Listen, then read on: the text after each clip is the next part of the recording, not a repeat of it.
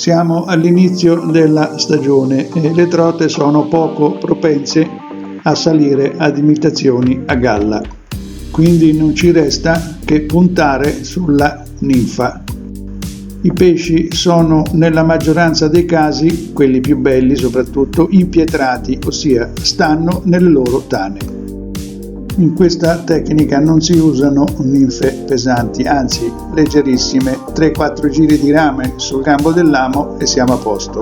Per poterla collocare come intendo, faccio in modo che la ninfa cada proprio nel punto dove la corrente entra nella piana. Questa, affondando e allo stesso tempo trasportata dalla corrente, andrà ad immergersi proprio nel sottoriva più profondo.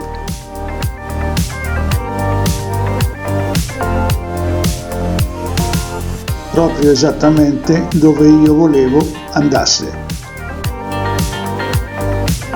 Ora, per effettuare una corretta ferrata non resta che osservare attentamente la punta della coda di topo e al più piccolo dei rallentamenti o piccole deviazioni ferrare. Una leggera deviazione verso sinistra e parte la ferrata.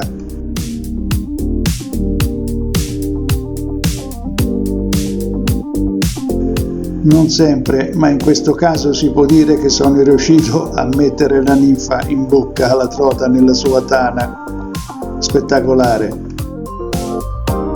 Per questa tecnica non servono attrezzature particolari, infatti sto usando una canna in graffite da 6 piedi e 6, una coda del 3, il solito finale da secca, con un tip leggermente più accorciato. La ninfa è decisamente leggera, come precedentemente accennato, 4-5 giri di un filo di rame decisamente sottile come un capello sul fondo prima della costruzione è più che sufficiente. Ho più e più volte sperimentato che una ninfa di questo tipo in 50 cm di deriva in acqua mediamente mossa affonda di 50 cm, più che sufficiente in questi ambienti. Inutile cercare ninfe più pesanti, che invece di fluttuare leggiadra si pianterebbe sul fondo come fosse un piombo o un sasso caduto dalla roccia circostante.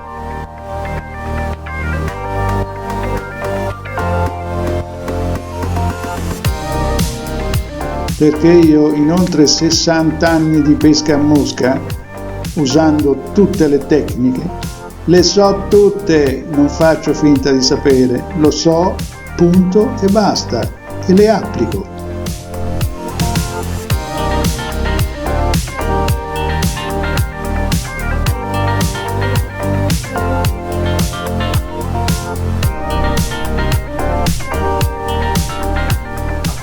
Perché chi sa fa, chi crede di sapere invece chiacchiera, e di chiacchieroni ce ne sono tanti, veramente tanti quando si tratta di pesca a mosca.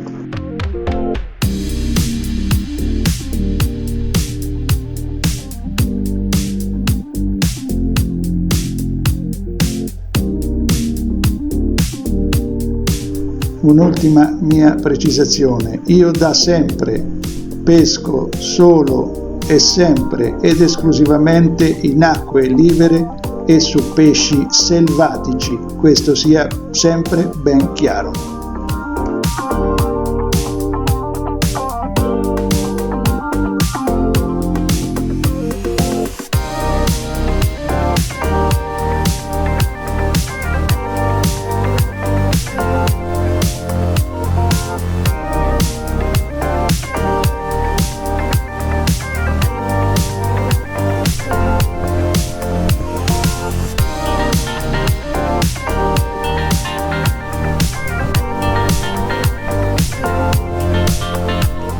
Una stupenda, eccezionale trota mediterranea.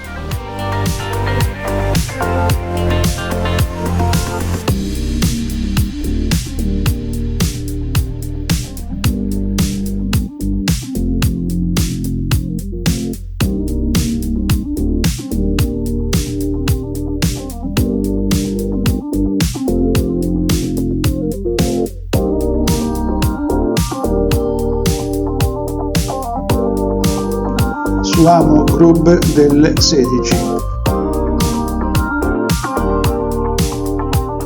La pesca con la mosca non è né più prestigiosa né più difficile di altri pesci, è solo diversa. Diversi e speciali invece sono tutti quelli che la comprendono fino in fondo, tanto da capire che essa ti dà quello che tu gli dai. Soprattutto è una tecnica che va amata e come in tutti i grandi amori per essere ricambiati è necessario dare senza nulla chiedere.